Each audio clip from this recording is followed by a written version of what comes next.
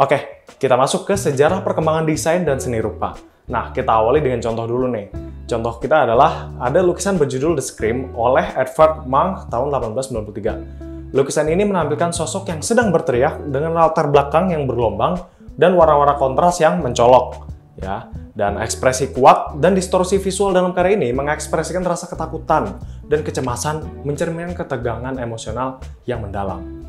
Era modern yang berkembang pada akhir abad ke-19 hingga pertengahan abad ke-20 menandai periode transformasi besar dalam seni rupa dan desain. Era ini ditandai dengan munculnya berbagai aliran seni yang mencerminkan perubahan cara pandang seniman terhadap dunia dan eksplorasi baru dalam teknik serta bentuk visual. Pengaruh era modern terhadap desain era modern juga membawa perubahan signifikan dalam desain. Pendekatan yang lebih fungsional dan minimalis mulai muncul, di mana bentuk mengikuti fungsi, form follows function. Gerakan Bauhaus yang didirikan di Jerman pada tahun 1919 adalah salah satu contoh terpenting dari pengaruh era modern dalam desain. Bauhaus menekankan integrasi antara seni dan teknologi, menggabungkan desain grafis, arsitektur, dan kerajinan tangan untuk menciptakan produk yang estetis sekaligus fungsional. Prinsip-prinsip modernisme dalam desain berfokus pada kesederhanaan, efisiensi, dan kejelasan yang terus mempengaruhi desain hingga saat ini. Oke, kita masuk ke kesimpulan. Era modern dalam sejarah seni rupa dan desain menandai periode transformasi besar dengan munculnya berbagai aliran seperti impresionisme, ekspresionisme, kubisme, dan seni abstrak. Aliran-aliran ini mencerminkan perubahan cara pandang seniman terhadap dunia dengan fokus pada eksplorasi teknik baru dan bentuk visual yang lebih radikal.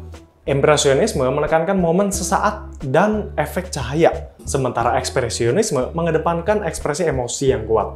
Kubisme memecah objek menjadi bentuk-bentuk geometris dan seni abstrak sepenuhnya melepaskan diri dari representasi figuratif.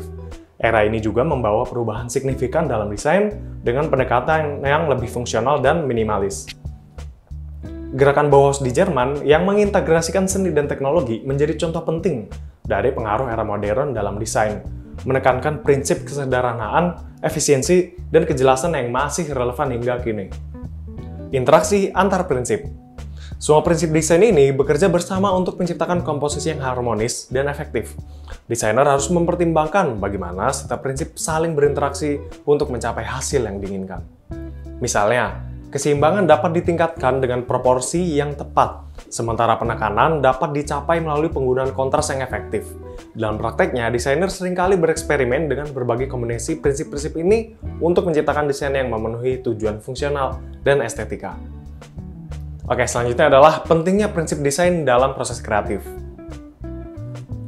Nah, penerapan prinsip-prinsip desain tidak hanya memastikan bahwa produk akhir berfungsi dengan baik, tetapi juga bahwa ia menarik secara visual dan mudah dipahami oleh audiens. Dalam desain grafis misalnya, pemahaman yang kuat tentang keseimbangan dan kontras sangat penting untuk menciptakan poster atau brosur yang efektif. Jadi, kesimpulannya adalah prinsip-prinsip desain saling berinteraksi untuk menciptakan komposisi yang harmonis dan efektif. Keseimbangan dapat diperkuat dengan proporsi yang tepat dan penekanan yang sering dicapai melalui kontras yang efektif.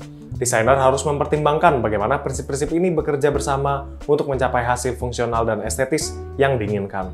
Penerapan prinsip desain memastikan bahwa produk akhir tidak hanya berfungsi dengan baik, tetapi juga menarik secara visual dan mudah dipahami oleh audiens. Oke, selanjutnya saya akan membahas teknologi digital dalam seni dan desain. Yang pertama, saya akan membahas pengaruh teknologi digital dulu nih. Ya, kita mulai dari contoh. Dari pengaruh teknologi digital pada seni rupa adalah karya-karya seniman seperti Beeple yang menciptakan seni digital dan menggunakan software 3D. Karya yang berjudul Every Day's The First 5,000 Days terjual sebagai NFT atau non-fungible token dilelang dengan harga $69 juta, menunjukkan bagaimana teknologi digital dapat mengubah nilai dan pasar seni rupa. Pada seni rupa, teknologi digital telah membuka berbagai kemungkinan baru dalam seni rupa. Seniman dapat menggunakan perangkat lunak seperti Adobe Photoshop, Corel Painter, Procreate, dan Illustrator untuk menciptakan karya digital langsung di komputer atau tablet. Selain itu, teknologi seperti cetak 3D memungkinkan pembuatan patung dan instalasi yang kompleks dengan presisi yang sangat tinggi. Dulu, seni rupa tradisional terbatas pada medium fisik seperti lukisan di kanvas, patung, atau cetakan. Namun, dengan teknologi digital, seniman kini memiliki akses di berbagai alat dan platform yang memungkinkan ekspresi seni yang lebih beragam dan inovatif.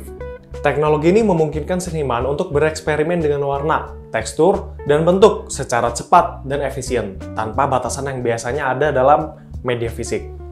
Teknologi digital juga telah mengubah cara seni rupa didistribusikan dan diapresiasi internet dan media sosial. Internet dan media sosial memungkinkan seniman untuk berbagi karya mereka dengan audiens secara global tanpa harus bergantung pada galeri atau pameran fisik.